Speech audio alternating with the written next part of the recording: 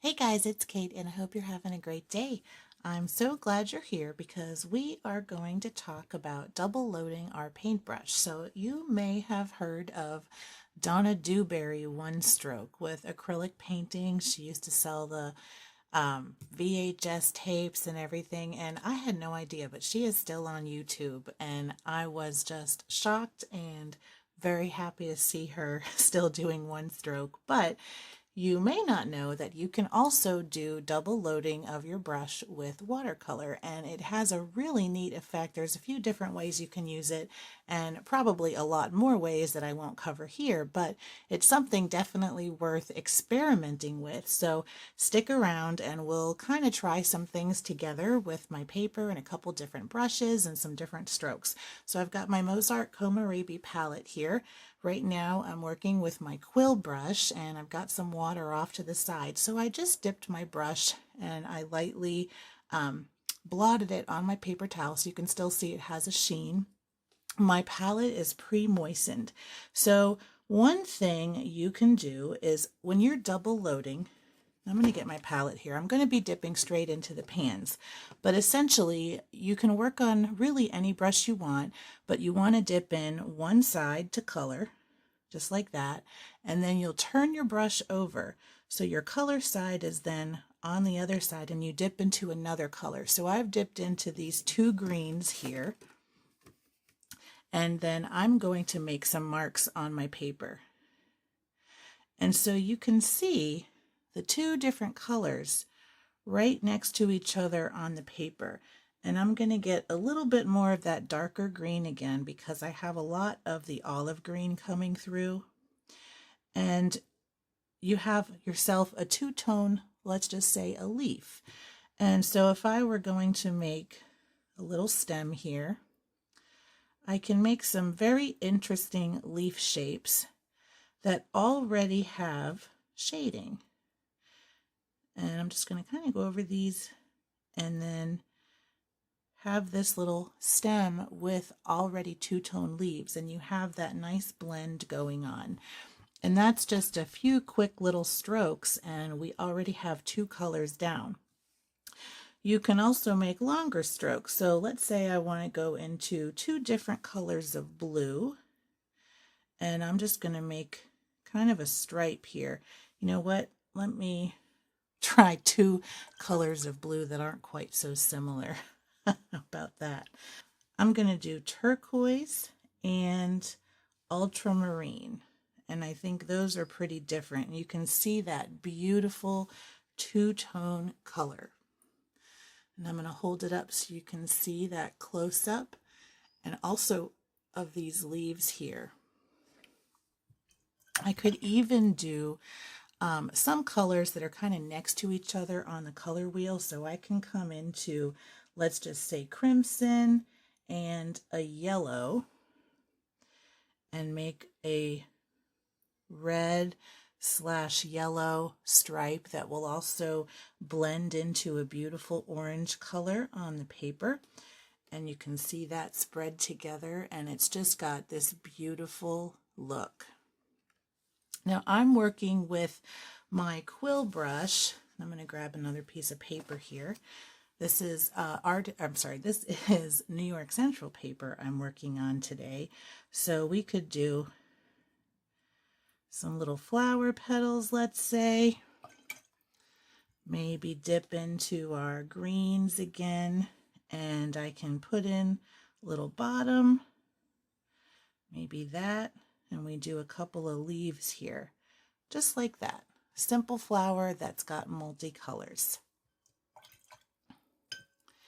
And maybe I want to dip into my carmine and my hyacinth violet, and we make a little flower bud here, and that's already two-tone. And maybe I want to add some Payne's Gray to that, just down here at the bottom, and then come down with a little stem.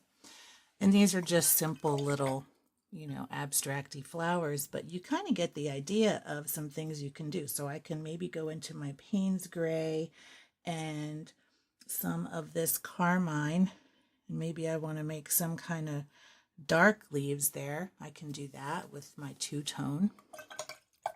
But I'm going to put my quill brush aside and grab my other synthetic brush. So this is a Filbert and it's kind of a flat brush, but this one I have holds quite a bit of water. And I'm going to go into some orange and some yellow. And you can see how I double loaded my brush here, if I can get it to come in focus, which apparently won't happen. Okay, there we go. And you can see it double loaded right there on my brush. And this is straight from my palette, but you can also do this with wet color. You might even be able to triple load your brush, but then you can start to run into a risk of your colors getting muddy. But with this brush, it really leaves a very clean line because it's kind of a flat brush and it's not all bunched up in a circle. So you can get a really nice stripe there, just like that. And this will keep going basically for as long as you have water. You can go over your marks again and smooth them out, strengthen them, whatever you want to do. And you can really have a lot of fun with this.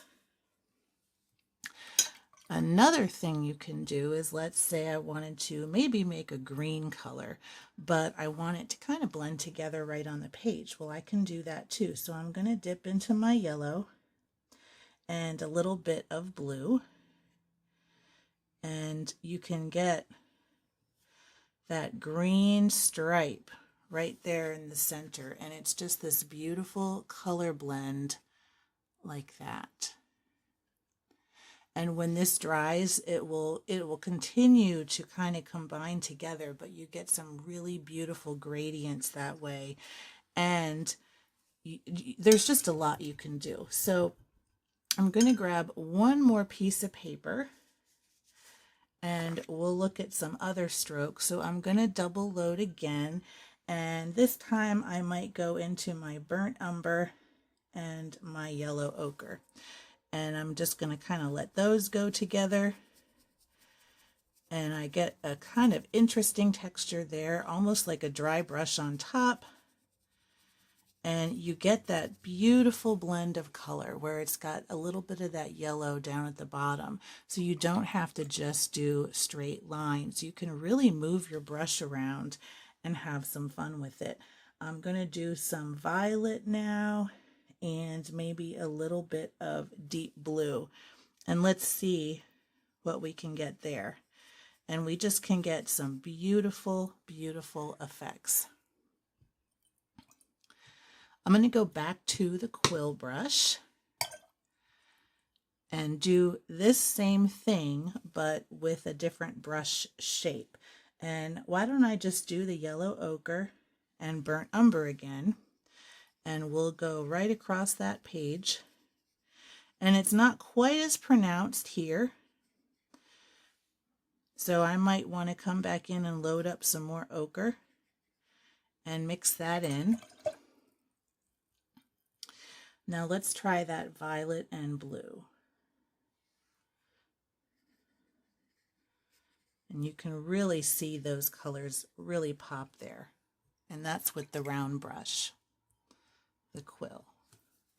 I'm going to let these dry, and then I'm going to come back and show you the finished result.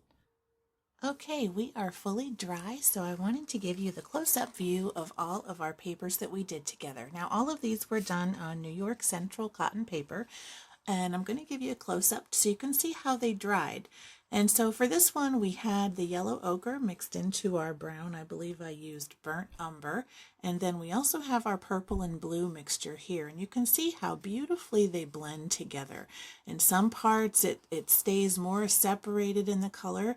And then in some parts, it almost blends to make a new color altogether. Same up here. And this is where we kind of scumbled a bit with our brush. For this one, you can see the really nice shading that you get with the duotone, both in the leaves and the flowers. And these were just quick little paintings. You can see that green color that we developed here by using the double stroke blue and yellow, or the double dip rather. And then our nice stripes that we got with that other brush that was more of a flat brush. Here you can see the blending of our leaves. and how nice that looks. And we could even glaze over this if we wanted to. We could do a second double dip. There's a lot of different things you could do here. And then this was all pretty much with our quill brush, and you can still get that effect, although it's not quite as pronounced as with the flatter brush. You have more of a blend going on here, and you can see that in my multi-strokes this way. So I hope this kind of helped give you an idea of what you can do by double dipping and double loading your brush. And you can even try triple loading if you want, although you might run the risk of muddier colors depending on the colors that you choose. But definitely experiment with this in your artwork. You can get some really interesting effects. So hope you enjoyed this video. If you like it, make sure to give it a thumbs up. And if you want to see more videos like this, make sure to subscribe.